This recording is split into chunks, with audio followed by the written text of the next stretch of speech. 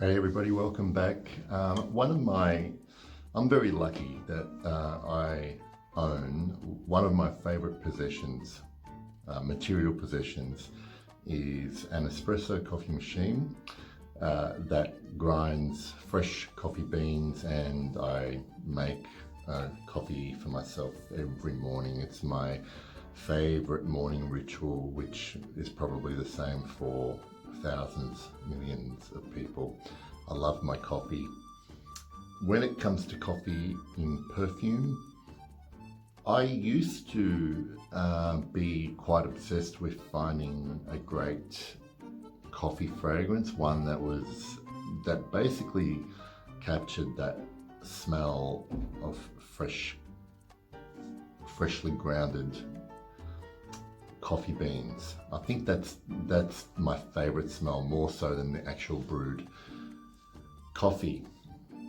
But then I kind of realized that just because you like a particular smell, it doesn't necessarily mean that you want to smell like that particular smell.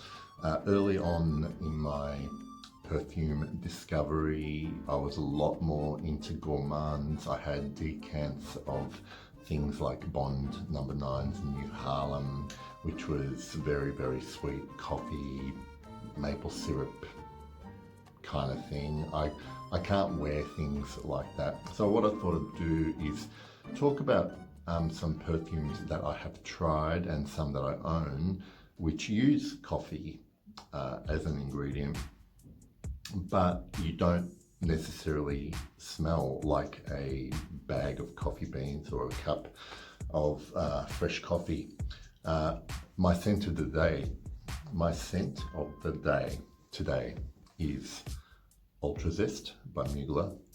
Now, Mugler make a scent called Pure Coffee, which I have never smelled, and it is one that from all descriptions is quite close to a coffee smell, but I think is on the sweet side. I have no desire to smell it, but the reason I mention Ultra Zest is because coffee is a note that's used in this particular scent, and this one's still a gourmand, and there's still a bit of sweetness about it, but I like the way that coffee, and in this case the patchouli, is used to offset the sweetness of the orange, the blood orange, the vanilla, and the tonka bean in here. So I do pick up that coffee note in that particular fragrance. Other ones that I have tried and enjoyed, I have one fragrance from Histoires de Parfums, which is called Fidelis. Now here, the coffee to me is quite a nice bitter coffee bean, which is blended with other spices, particularly cardamom here, and it by no means do I categorize this scent. I've still got to do a review on this, but I don't categorize this scent as a gourmand, even though there is a strong raspberry note in there. It's quite a dark, spicy, woody fragrance as well. So the coffee adds that lovely bit of bitterness in Fidelis.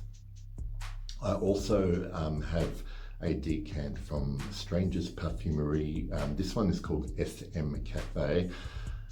This one is an interesting, I actually quite enjoy it. It's an interesting mix of slightly bitter, earthy coffee. I always get this picture of coffee grounds rubbed into some slightly tarry leather, and that's kind of what you end up getting with SM Cafe from Strangers. I also have a bottle of L'eau du Navigateur from L'artisan Parfumerie. This one is discontinued, composed by Jean-Claude Elena. This one has a coffee note in there, but when you wear it, it's all so beautifully blended in with rum, with leather, other woods, and really, when you're wearing it, you don't notice that there's coffee in there. And again, the coffee is adding a particular hue or texture to the overall fragrance. One more gourmandy coffee centric fragrance that I've really enjoyed wearing. I had a decant of Intoxicated by Kilian. This one here was more like a coffee liqueur, prominent coffee, boozy coffee note with lots of cardamom. And this particular fragrance from Kilian is probably the only one that I've very strongly considered buying a full bottle of. But if this was me a couple of years ago, I probably would have bought the bottle. But these days, not being so much into those gourmand fragrances, I could never justify paying Kilian prices for Intoxicated, even though I really enjoyed it. Another one which I've mentioned in previous videos already, one of my major bottle goals for this year is Christian Dior Noire. This one, it's funny, in a couple of perfume sites like Parfumeur and Base Notes, coffee is not an officially listed note. Fragrantica, however, does have coffee as one of the main notes in this scent, and I have to say I smell it quite prominently as well in Eau Noire, together with the lavender, with Immortelle, and to a lesser extent the licorice note in there. But it's definitely plays a part, and again, not for any kind of foodie aspect of the scent. I think it just lends it a darkness, that slightly bitter bitterness to offset the Immortelle and the lavender. They're just a few that I have tried and enjoyed with coffee as a note. Now, there are thousands and thousands of fragrances out there that use coffee as a note. A lot of the times the ones that are marketed or made to recreate that smell, that they're generally a little bit too sweet for me. If I were to purchase one particular perfume where I just wanted to smell like coffee, anyone that came close to me would think, oh, Pep, you smell like a really nice cup of coffee, then if I had to pick one fragrance like that, it would be Follow from Kerosene fragrances. That one was really pleasant to wear when I had my sample of it, and it does smell like coffee, probably slightly sweet, but just the right amount of sweetness, and more a milky coffee than a black coffee, if that makes any sense.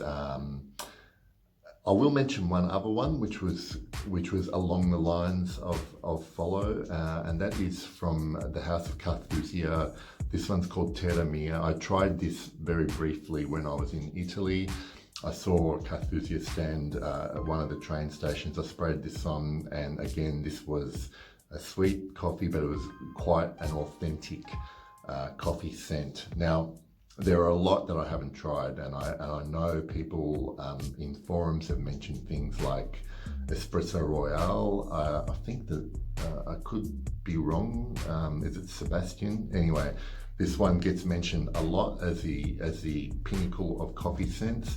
A more recent one would be one from Akro Fragrances called Awake, which I'd be keen to try either of those. But ultimately, for me, coffee I like in fragrances more as an addition to the olfactory palette, rather than it being the main representation of the perfume. Love coffee, but more to drink, less to smell of it. I hope you found that useful, and I hope I didn't babble on too much. I'll see you next time. Thanks for watching.